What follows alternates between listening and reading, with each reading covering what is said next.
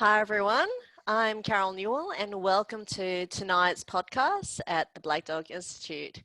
Today's podcast will be on Therapeutic Frameworks Explained. We're going to be looking at ACT, Acceptance Commitment Therapy, Cognitive Behavior Therapy, Schema, and Dialectic Behavior Therapy.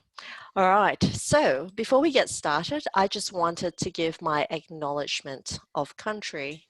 The Black Dog Institute would like to acknowledge the Aboriginal and Torres Strait Islander peoples as Australia's first people and traditional custodians. We value their cultures, identities, and continuing connection with country, waters, kin, and community. We'd like to pay our respects to elders both past, present, and to the future, and are committed to making a positive contribution to the mental health and well-being of Aboriginal and Torres Strait Islander people across Australia. So this is just a gentle reminder that our podcast will be recorded, and you can find our previous podcasts on this URL, this website here. Tonight's podcast is going to be recorded and you will find us on YouTube as well as the SoundCloud and our Black Dog Institute web pages. All right, let's get started. Just a gentle reminder to everyone that we'd love to hear from you.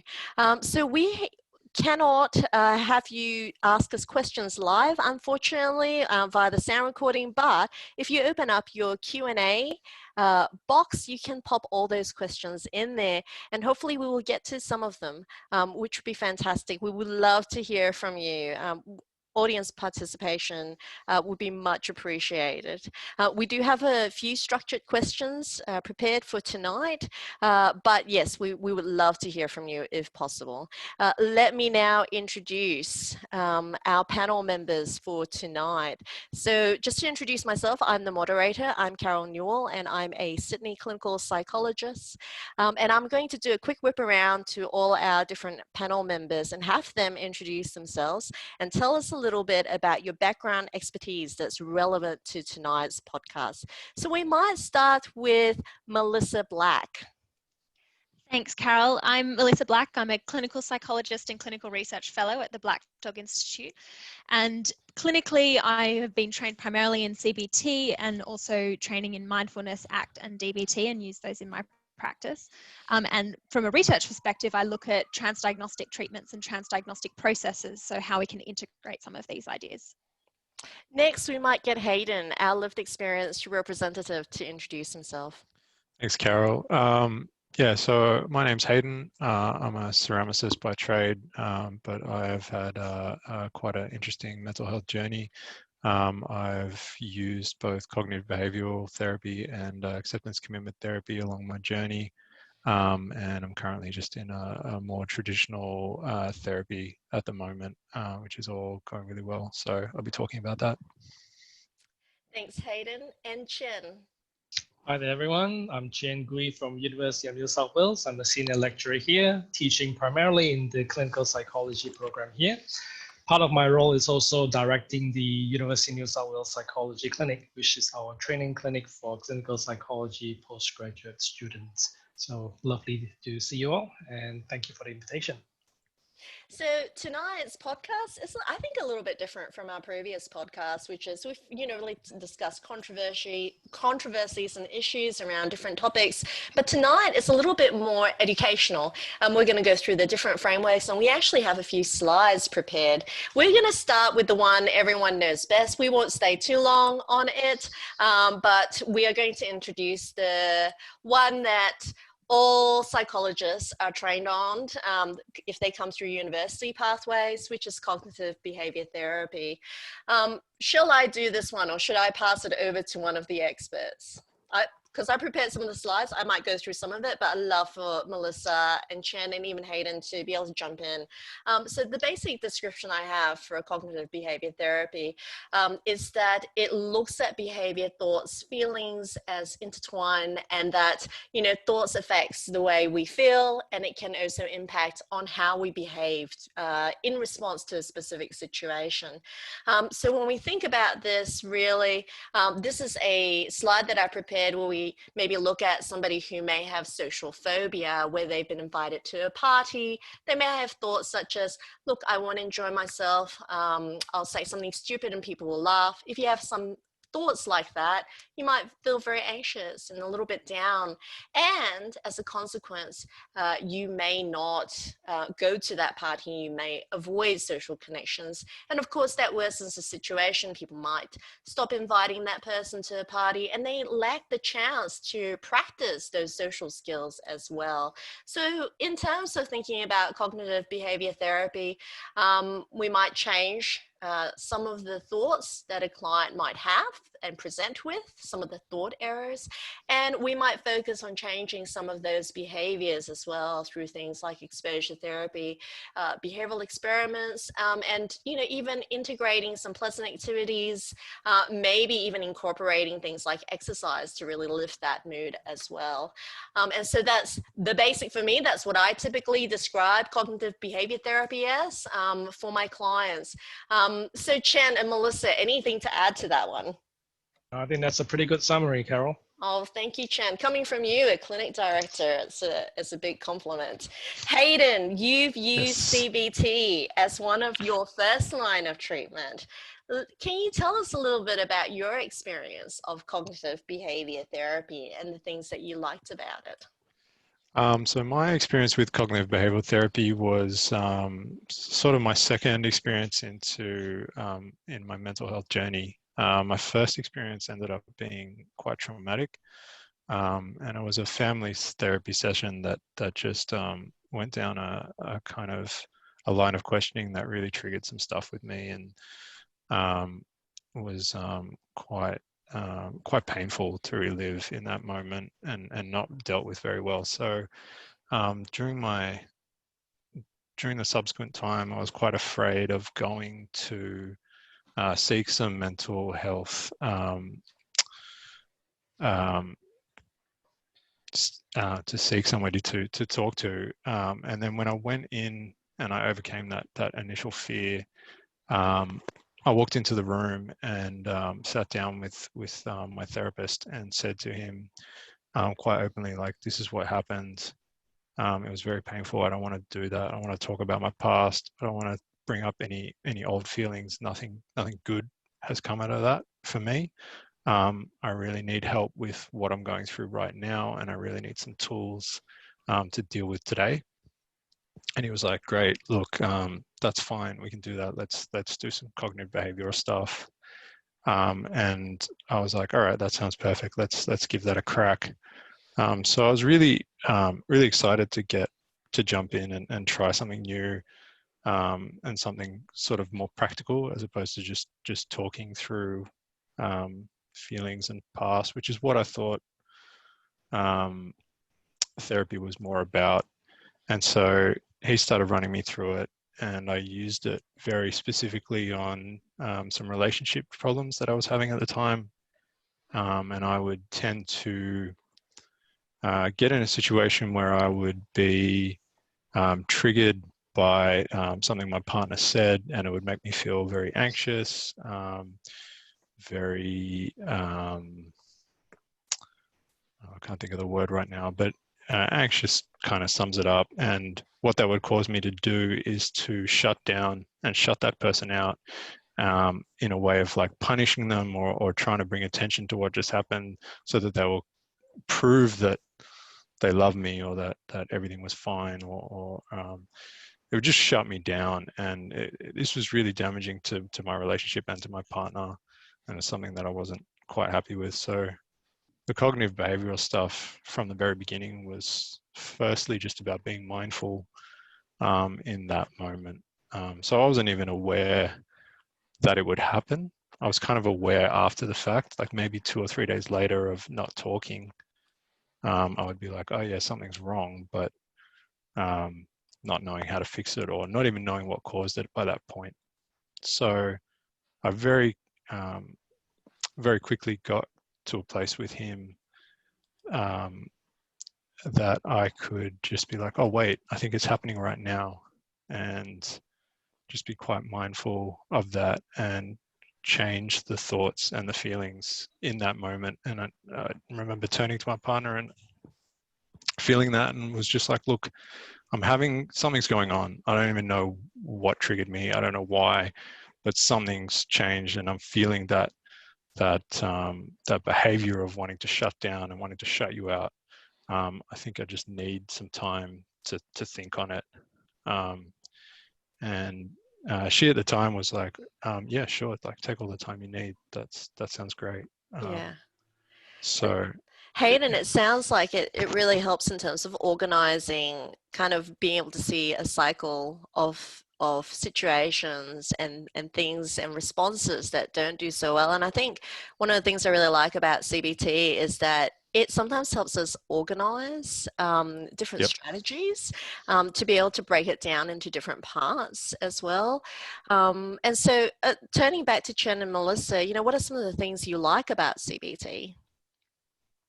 If I can jump in and echo what Hayden's been saying, that it really is that present focus. And if someone has quite a specific problem that they're working through, I was lucky enough to work on a spider phobia treatment trial, and you know, CBT works very well in that sort of framework.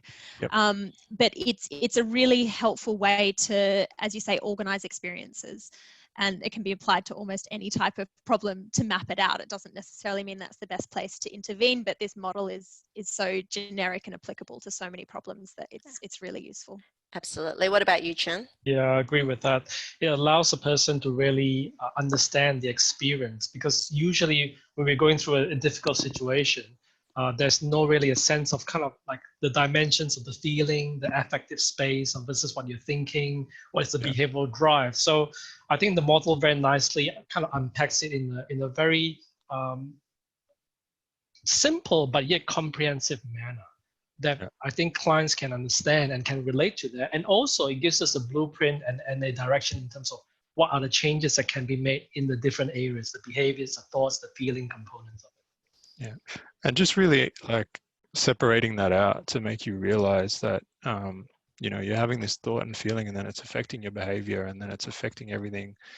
And without somebody like pointing that out and really breaking it down for you, you just kind of in the moment. It just kind of happens without anybody thinking or saying anything or making a choice. And then, you know, particularly in my situation where I'm in a relationship, now it's affecting two people in a really negative way, and nobody really knows how to talk about it, and nobody really knows what to say. So just having somebody just kind of explain it and break it down and make it really kind of just take a look, just like, this is what happens, this is what it feels like, we can talk about that. So notice that, just start there. And I kind of love, Hayden, that when you walked into therapy that second time, you really didn't want to delve into that history, right? And CBT allowed you to do that, just to look at the situation itself and how to break that down. Granted that CBT has a lot of advantages, and it's kind of a lot of the gold standard in training early career psychologists. What are some of the constraints and limitations? I might cycle back to Mel on this one, Melissa. Sure. I think one thing that I really see is, and it's highlighted on this slide, that CBT typically doesn't work with emotions directly. And sometimes I find that can be a limitation in really getting people to feel what's going on. And it's actually one of the common bits of feedback that we might get through a course of therapy is, I know it logically, but I don't feel it yet. And so really being able to connect, and it's in the cycle, but being able to connect heart and head sometimes I think can be challenging, and it requires that next step of experiential work. Absolutely. What about you, Chien? What do you see as some of the disadvantages or maybe the constraints of this particular framework? Look, first of all, I think all approaches has its constraints. Yeah, so including CBT, definitely. We know from data that, you know, we never get 100% recovery rate from any treatment, right? So I think that there's still a lot more for us to learn about what works and what doesn't. And one of the things I agree with Mel is that this lack of focus in the feeling component itself. Yeah, and I think that sometimes CBT can seem overly rational and logical. Yeah, and people, if they're not able to kind of engage in that type of thinking set, it can be quite challenging for them. And that's why sometimes we have to start off with kind of the behavioral side. But there's still a lot more that we don't know about how our minds work and how people get into difficult and challenging situations. The other aspect is sometimes that it is important for us to have a more comprehensive framework to move into more the developmental factors, complex trauma, trauma histories, things like that. And I think CBT does a great job with things like PTSD, definitely, a lot of trauma work, but I think there's a lot more that we still need to build on and refine our understanding in that regard. Absolutely. So with that in mind, we're going to now introduce schema therapy. So schema therapy, I might hand this over to you, Chien, to describe to us a little bit about schema therapy. Yeah, so schema therapy is essentially, I'll say it's an extension of CBT, and that's how it was historically developed. So when people like Jeffrey Young was the founder, or accredited to be a current founder of schema therapy, in his clinical practice, along with his team, he found that there are certain people whereby they were more chronic, having more pervasive issues that were not responding to traditional CBT. So they dug a little bit further in terms of what are the other types of approaches that can augment or can further extend traditional CBT approaches. And there arise a whole field of schema therapy. Essentially, the focus here is what we call underlying schemas. And the helpful way to think about schema is like a little bit of a blueprint of how we view emotions, we view our self-identity and our relationship with other people. Now, all of us have schemas, sometimes helpful ones, sometimes unhelpful ones. And schema therapy specifically looks at those unhelpful schemas that hold us back. And it's essentially the schemas that get activated or gets triggered in current life. These schemas are typically formed early in life, early experiences, and including trauma, including relationship with early caregivers, peers, people around them, especially in childhood and adolescence. And it's also a lot to do with unmet emotional needs of a child. And that's why, because of that, different types of schemas, unhelpful schemas that can pop up. They're typically looked at as kind of 5 different areas of schemas that's unhelpful anyway. The helpful ones are like, I'm worthy, I have resources, the world is relatively a safe place, generally people can be trusted, but there can be also unhelpful schemas based on the person's history, what they've been through in life, and the relationships, interactions that they have. The red ones here are some of the schemas that are quite commonly seen, like a sense of disconnection or rejection from others, so a sense of mistrust or defectiveness as underlying schema, impaired autonomy or performance, a sense of underlying deep failure, dependence, or entitlement, self-control issues, so on and so forth. So these are kind of like underlying driving forces that were programmed in the past, but still has its effects in the present moment when certain situations trigger them. This will come out. That's why in the previous slide, you'll see that there's like an arrow that pushes the current the tendencies for certain emotions, certain thoughts, certain behaviors. And that's why it's an extension of CBT in that it also the intervention point uses cognitive strategies, behavioral strategies as well. And what I think schema therapy has done very well is augmented a lot of more emotional based strategies like imagery rescripting, using imagery work to work with past trauma, for example. Chair work to help a person recognize the different facets of a person's identity, including the healthy parts, the parts that are not so helpful, the types of behavioral responses. So in using the chair work, strengthening the parts that are helpful and then making sense of how these different parts have come up to be. So that will be kind of a bit of a summary of what schema therapy is about. Yeah. Disorders where it has the strongest efficacy for schema, Chien, like it was developed in response to certain disorders that didn't seem to shift with CBT. Where do we usually see schema used? Typically with things that are more pervasive, so chronic conditions, individuals whereby they have long history of difficulties, issues to do with personality structure, personality factors. There's research to looking at its use in borderline personality disorder, narcissistic personality disorder, for example, or anything to do with more pervasive, longer, chronic, ongoing issues that is across the board. That's why we kind of tunnel down towards the schematic aspects.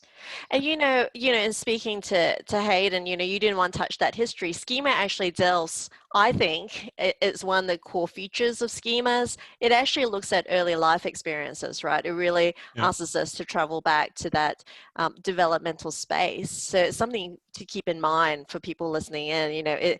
For clients who don't want to go into that space, maybe schema may not work so well because we do look at that developmental trajectory within schema framework. Would you agree with that, Chien, that early life experience, we actually talk a lot about the imagery, that feeling that first emerge in childhood or adolescence? Yeah, part of the work is to understand where these things come from. right? How we've ended up here and what are the factors that contribute to that. And part of the conversation often is understanding the origins of it. And sometimes that can be very painful for clients, as Hayden correctly said, sometimes it's just not easy. And if people don't want to go there, not ready to go there, then absolutely it's not the right time to go there either. Yeah. But schema does have that frame around the emphasis. Yeah, I also found that doing the cognitive behavioral stuff when I was not prepared to go there or I had a bad experience already, it did actually give me the confidence, and it did reinstall a lot of trust to then delve into a lot of deeper, more painful issues. So just having a little bit of cognitive training and just getting a little bit more tools like under my belt just like gave me a lot more trust with future practitioners and future therapies, and allowed me to open up a lot more just in my general life as well, with my partner, with people around me. So yeah, it can be, I feel like cognitive behavioral stuff, another great point about it is that it's a really good foundation. It gives you a really good like grounding of like, okay, I can have if this has a positive effect, I can have a positive effect on my mental health, and I'm ready to delve into harder stuff. And I think the general recommendation has been that, we usually start with CBT for a lot of disorders and then maybe move on to schema. And it's almost like easing a client into it. But we also have people out there who practice straight schema as well, right? They use schema as the first framework. Now, we've had a question from our audience saying, have I intentionally disabled the share screen? Yes, I have. I will put it back on, so please don't panic. There's a question here from an attendee who said, is schema work relevant to individuals who have experienced significant trauma? Could this be potentially harmful? Chien. Yeah, yes, it can be definitely be relevant for individuals with significant trauma, complex trauma, specific traumas in the past, because that's often how a lot of these schemas are generated. So part of the process is to look at that. And can it be harmful? I'll say that schema therapy is a tool, right? And it depends on how a person wields this tool, right? As Hayden has said early on, sometimes when clinicians are almost too keen to jump in without recognizing where the client is at, then that can be unhelpful. Yeah, but if the client is ready, or there's a process that's working up towards that, a proper rationale, properly understanding the reasons why we're going certain directions in therapy, then that can be a very helpful experience too. So I'll say that it is by design, things like schema therapy and other types of, even CBT does a fair bit of trauma work, even things like EMDR does a fair bit of trauma work, is how a person uses these tools that make it harmful or beneficial. Absolutely. So we might now move on to the next slide. Bear with me while I pull up the slides again. We're going to have a chat now about acceptance and commitment therapy. So I might get Mel to now describe to us acceptance and commitment therapy. Thank you, Carol, and I'll get Chien to jump in at any point as well. So acceptance and commitment therapy is part of what's often referred to as the third wave of CBT. So it has come, from particularly a behavioural tradition, and with some recognition that some of the strategies in CBT, things like looking at the rationality of thoughts and correcting unhelpful thinking and so on, was not necessarily working for everyone, and that it might be more about the relationship to thoughts rather than the thoughts themselves that is where distress lies. And so this is referred to as the ACT hexaflex, the six components and core processes of ACT, which all focus on psychological flexibility, and that it's looking at different ways of fostering that psychological flexibility. So just running through them very quickly. So, mindfulness is a strong tradition in ACT. And so being able to contact the present moment, being able to sit with difficult feelings, and just noticing them and being aware of them, and how to shift attention between those things. Values is another really core component. And this comes back to really needing to have shared goals with the person that you're working with. But we think of values as the metaphor that I like is that values are the directions on a compass and goals are the destinations. And so you can never really achieve a value, but it's more that you're acting in line with values and doing things that are consistent with them. And that's where the committed action piece comes in. And so doing things, and that's really the behavioral part of ACT, and really looking at whether what you're doing is in line with your overall values, and, you know, whether you're doing things that are moving you away from them or just not moving you towards your values. Self as context looks at, you know, that the self is the only constant across different situations, and that we can have an idea of ourselves as a daughter or a son, and as a psychologist, and as a chef, or, you know, all these different identities, but actually yourself is the only constant between those things. And so needing to work out who the core self is. Cognitive diffusion is really that process of being able to look at the relationship to thinking. And so we actually had a technical glitch earlier where someone was coming through really high pitched, and that's actually one of the ACT techniques, in that, you know, being able to say really painful things in different ways can actually reduce the power and strength of those. But really being able to unhitch from negative thinking and allow them to be there, but working with the distress. And then acceptance as well, and I guess it's in the name of it, but really being able to confront difficulty and a recognition that human experience, suffering is common to the human experience, and being able to sit with those difficulties. Chien, do you want to jump in? Is there anything else that you see as the core features of ACT? I think that you've covered that. Essentially, it's the two key parts in its name. Is one of the part is accepting that the feelings, the difficult emotions, the difficult situations, at the same time still being committed to that which is valuable for a person, what is important to them. So accept the things that are actually there, that can be painful, can be challenging, but almost bypassing that with understanding, with awareness, with acknowledgement, but then really focusing on the things that are important for an individual. Yeah. Hayden, you've experienced ACT. How did it compare to CBT? So I found in ACT a therapy that, when I came to it, was intoxicating, really. It really spoke to me at the time. So I'd done all the cognitive behavioral work with my therapist, and we'd done that over about 10 sessions, and then those sessions that are catered for by the government ended, so I couldn't really afford it anymore. And as I was leaving, he was like, look, if you really want to continue this kind of training, look up ACT. I think you'll get a lot out of it. And so I did, and the way I kind of really came to it was via a podcast that was all about ACT, and it goes through each of these six practices, 6 processes of ACT in quite detail, and I kind of learned through that. And it said at the time, even like there was one about cognitive diffusion, and they were going through all the ways you can diffuse from certain thoughts, and painful thoughts and painful emotions and feelings, and they were like, yeah, this can be a very intoxicating kind of part of it, because it can have a real profound effect, and it did for me. I was able to take like really negative thoughts and real things that were holding me back and just separate from them, to the point where it felt like they were gone, and I wasn't dealing with them.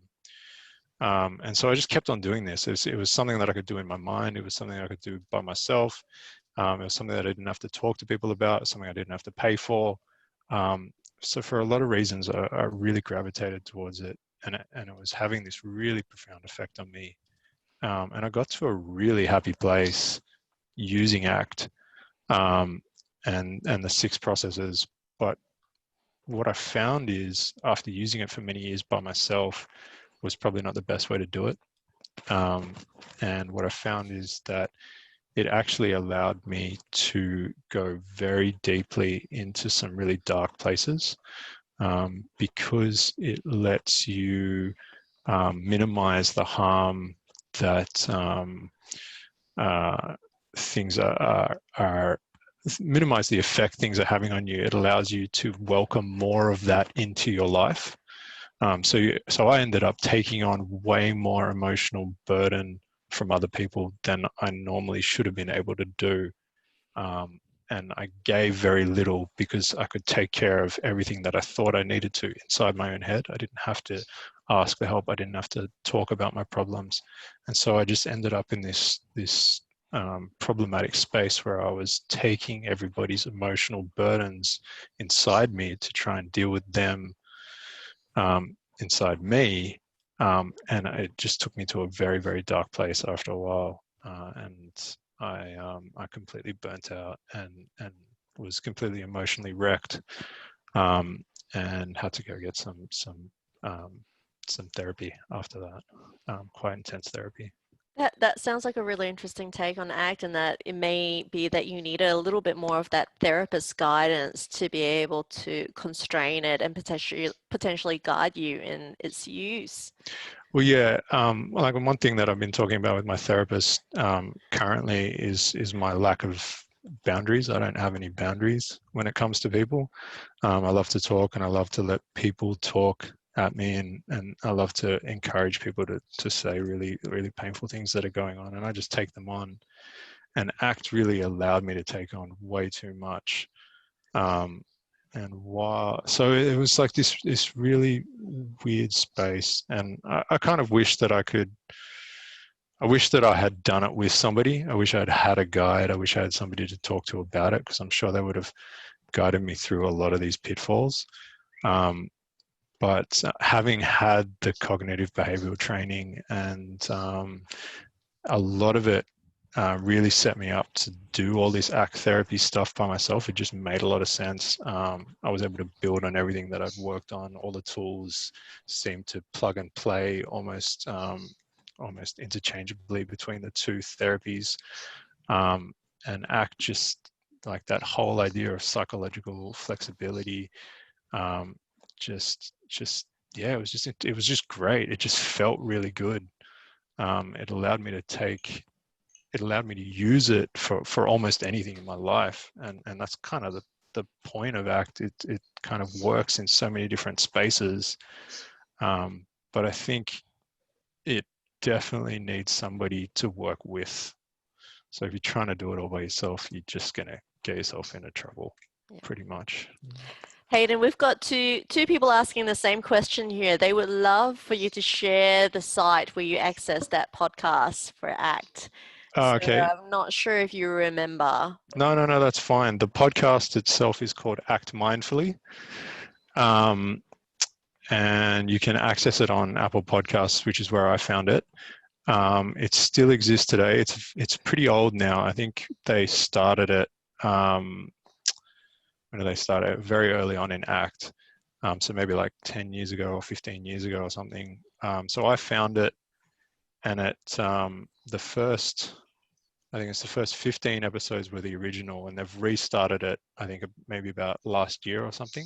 Mm-hmm. So the first 15 episodes deal with each one of the processes of ACT, and then some really interesting places where ACT therapists have used those processes on specific patients, and how it worked with post-traumatic stress disorder, and a few other people I can't remember right now, but specifically the podcasts, I think it's episodes 3 to 9, they deal with each of the 6 processes.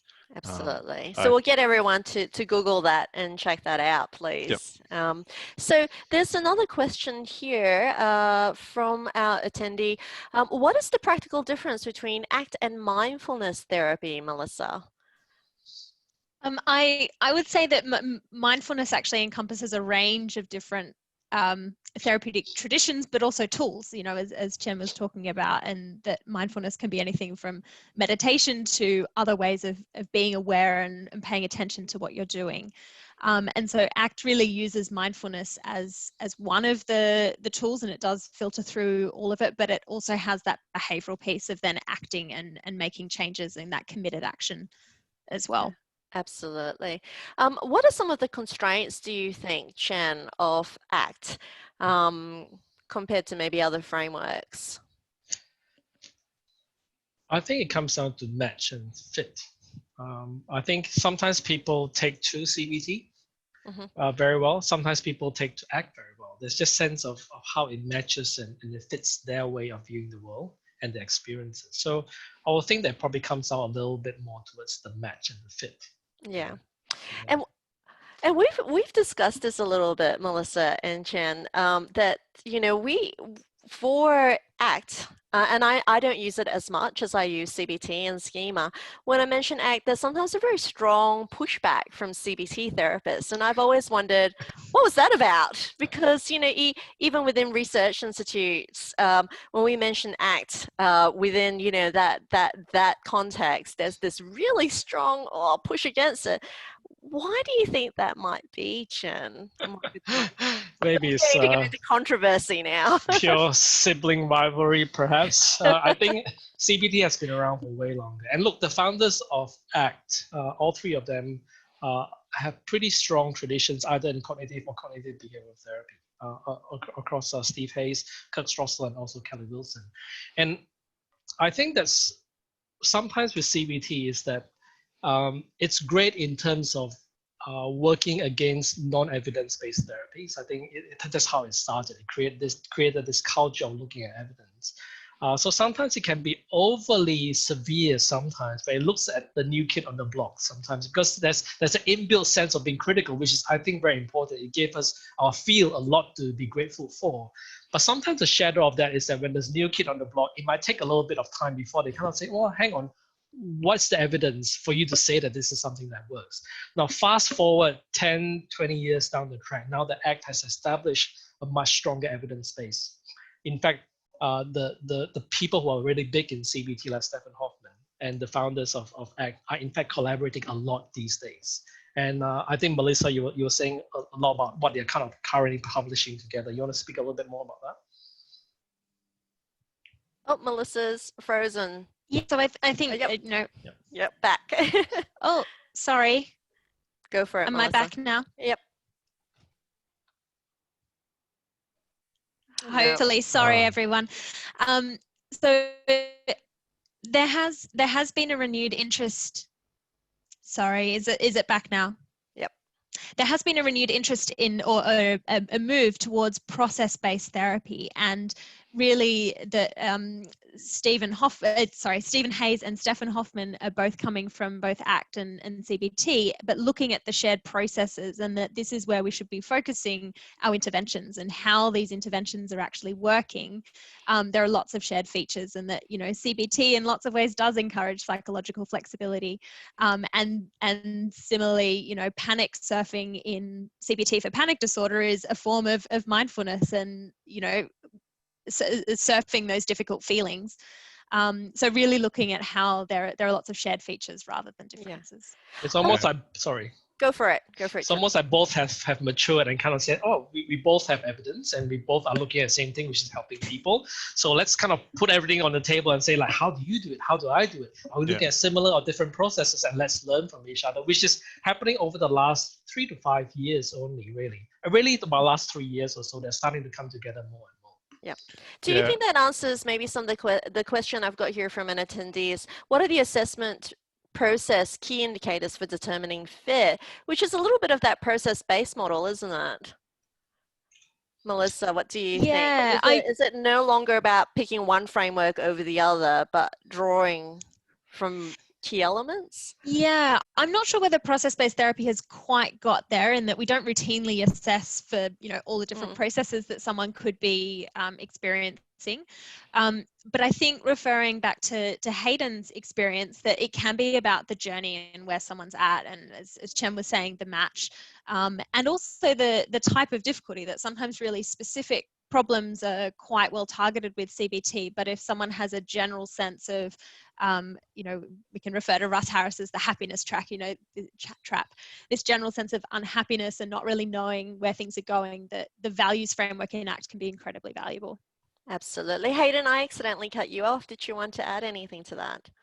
No, I was just going to say that, yeah, a lot of the stuff that I used in ACT therapy like the acceptance and the mindfulness and all that kind of stuff was all stuff that I learned while doing cognitive behavioral therapy. So like they're very interchangeable. They've got, you know, like they both work really well. They both got great things in common, and I think that's more what people need to do, is just realize that they're both really important.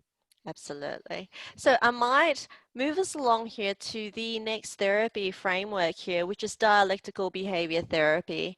Mel, I might get you to speak to this one again. Sure, thanks, Carol. So we haven't put everything on the slide here, but the idea of dialectical behavior therapy is that, and first talking about dialectics, is the idea that there can be two seemingly opposite things that don't necessarily need to be in tension, but rather can exist together, and that synthesis between, or integration between. And so the core dialectic in DBT is acceptance and change, and that both of those things can occur, and that there might be some things you accept and some things you change, but there doesn't need to necessarily be one or the other. And this therapy really came out of Marsha Linehan's work, working with people with borderline personality disorder and chronic suicidal ideation and self-harming, as a way to both work with those really difficult experiences and complex trauma, but also teach skills. And so on the left there, working through mindfulness, emotion regulation, interpersonal effectiveness, and distress tolerance. So teaching those skills in quite a didactic way, while also helping the person implement them in their lives. And one of the other core processes in DBT is validation.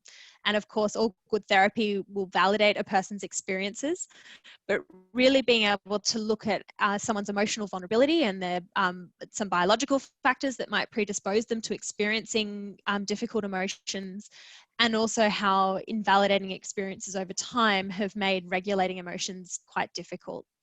And so one of the core processes that we work towards is being able to build a wise mind, and being able to sit with both the emotional mind and the reasonable mind or rational mind, and bring those things together.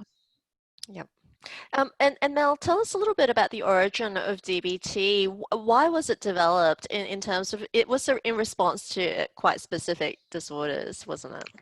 Yes, so Marsha Linehan is really the founder and leader in dialectical behavior therapy, and a recognition that these people with borderline personality disorder or chronic self-harm and suicidal ideation and emotion dysregulation or impulsivity might need some quite specific skills to be able to regulate their emotions and tolerate distress. And so it goes into a lot more detail and quite specific compared to certainly CBT in being able to teach those skills, but also that biosocial theory of recognizing where the problems might have come from. Absolutely. Look, one of the things I really love about dialectical behavior therapy, which I think sometimes the other therapeutic frameworks that we've covered tonight, and by the way, they're not exhaustive, there are others, we recognize that, but the one so far is that this one really focuses on interpersonal effectiveness that, isn't really core to the other frameworks. Even though each of them kind of touches upon it, interpersonal effectiveness is really important in this one. Absolutely, and that relationships, and Hayden was talking about this before, that relationships are challenging for lots of people, and that our therapeutic frameworks, and certainly the ones we've mentioned tonight, don't necessarily work directly with them. But in this framework, that interpersonal effectiveness can involve gaining skills that, it can be quite behavioral in the way that we can help people work in different relationships and navigate those. Absolutely. Chien, what's your favorite component of DBT that you like? I think it's how comprehensive it is, because it deals with almost all different aspects of it. And that's why DBT, if done according to what it's meant to be, takes about a year at least, right? You attend skills training workshops, that's one component. You do individual therapy, which is the second component. And thirdly, you do have phone coaching as well, which means when you're highly distressed, you can ring the therapist to actually it's a short consult, it's not a long session, short consult to remind you of the skills used. And I think that this particular framework is really beautifully done in that it's very comprehensive, especially really important for those who have chronic difficulties, high suicidality, high tendencies for self-harm. I think this is a very good comprehensive framework that provides them the skills for clients to be able to work and manage those challenges.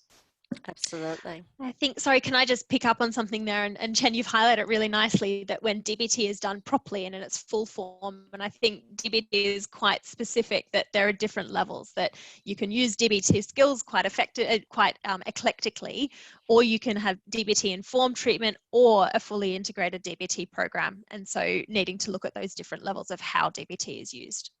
Absolutely. And I really love what you've just said, Melissa, which is, you know, you can draw from different components of it, but, you know, done in its full scope for that specific disorder, it is actually really, really structured, isn't it?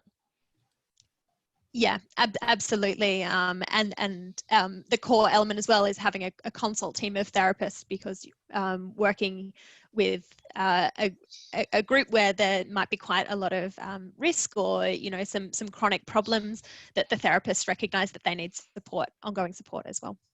Now, going through all these different frameworks, as I'm looking at it, I sometimes use some of them, right? But I see so many things in common. Right, we talk about them as being different frameworks, as though they're different categories, but are they really that different? What do you think it might be common between all of them? Might go to Chien. I agree that that's the commonality, of course, is what they're trying to do. We're essentially trying to help different clients with varying different situations and life circumstances and life challenges to come out of that, to be stronger, to build a resilience and develop the skills that is helpful for them. I think it's really important for us, despite all the different brands, CBT, schema and stuff, to recognize that there's one body of evidence. There's no schema brand evidence, CBT evidence, but it's to follow the evidence and what does evidence tell us, what works in what context.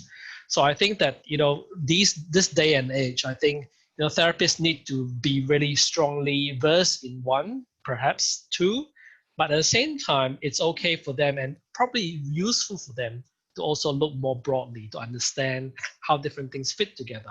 And I think the field is starting to move towards that. Like Melissa was saying earlier on, like this process-based therapy, that's essentially the move towards that, right? CBT and ACT is coming together to say, let's look at everything that we know about what works, in what context, and what are the patterns that get people stuck. Let's list them all out, and then let's see how to actually target those specific factors. I think this is where the field is moving to. We're not quite there yet. There's still a lot of question marks, obviously, but I do think that there's probably a lot of coming together that's really important.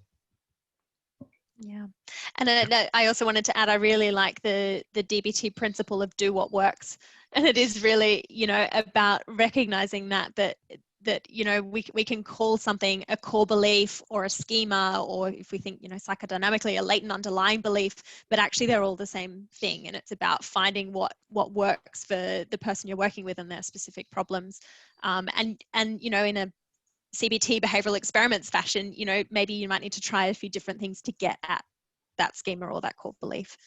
Absolutely. Yeah. Hayden, listening to all these different frameworks, are there things that you think are really important across all these frameworks that therapists and people listening in who are part of our health professionals need to keep in mind that works for clients? Well, I think like Chien and Melissa were both saying, like it's very important to just bring into the room what the client is comfortable with. So just like really opening up that dialogue to start with and see where they're at and see what they're comfortable with and where their big fears about the process of therapy in general are, because not everybody's okay with walking into a room and just like opening up. Some people love it. I myself struggled with that for a long time. So like cognitive behavioral was great for me to start and gave me that real opening and opened that door to allow me to get to the point where I could talk about whatever I want openly and honestly. And then also like throughout all the frameworks, it seems like mindfulness and acceptance are two big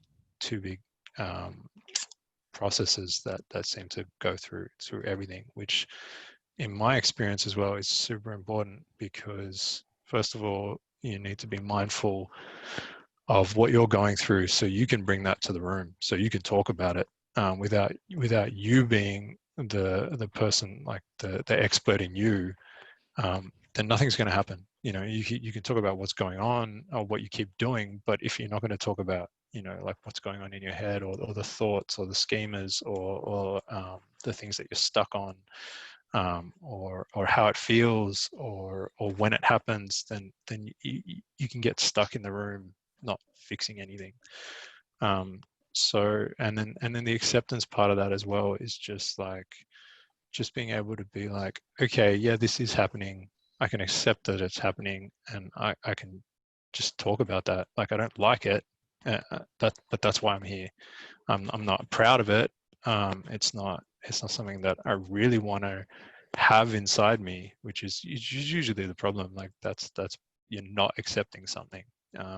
I find more often than not. So yeah, so those acceptance and mindfulness practices throughout all the therapies, I think, are really And important. it sounds to me like, as you're describing it in your experiences, that the process is really important, that therapeutic alliance seems quite important. And Chien, you know, we've kind of talked a little bit about this. Yeah. One of the best predictors of benefits at the end of treatment are things like goal setting, right? That's right.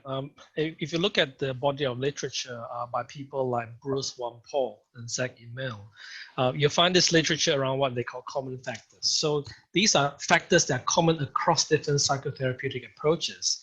And what they've taken is that they've stripped away all the brands, essentially, and looked at, when they look at psychotherapeutic processes, what are the large contributors to treatment outcomes? And one of the things that are at the foreground, and that's the largest factor, high loading, is goal consensus and collaboration. That means the agreement of goal between the clinician and the client. And I'm glad that you brought up that, Hayden, like even with your personal experiences, if you don't trust the therapist, there's no way the therapy is going to go anywhere, right? Yeah. If you don't have that agreement in terms of how we understand the issues and in terms of a shared goal of where we are going, with a sense of good alliance, therapeutic relationship, then no therapy is going to work. Yeah, so I think that is something really key for all clinicians to really keep in mind, and not just be focusing on the brand per se, but also focusing on these very important common factors like empathy, alliance, therapeutic relationship, having good consensus in terms of the goal and where you're moving with the client, and really all that ties in together with a sense of safety. Yeah. Yep. Absolutely. Now we have a question here from Cara. Do you find it's more helpful to choose one type of therapy for your client, or do you integrate bits and parts of therapies? This is a loaded question, I think.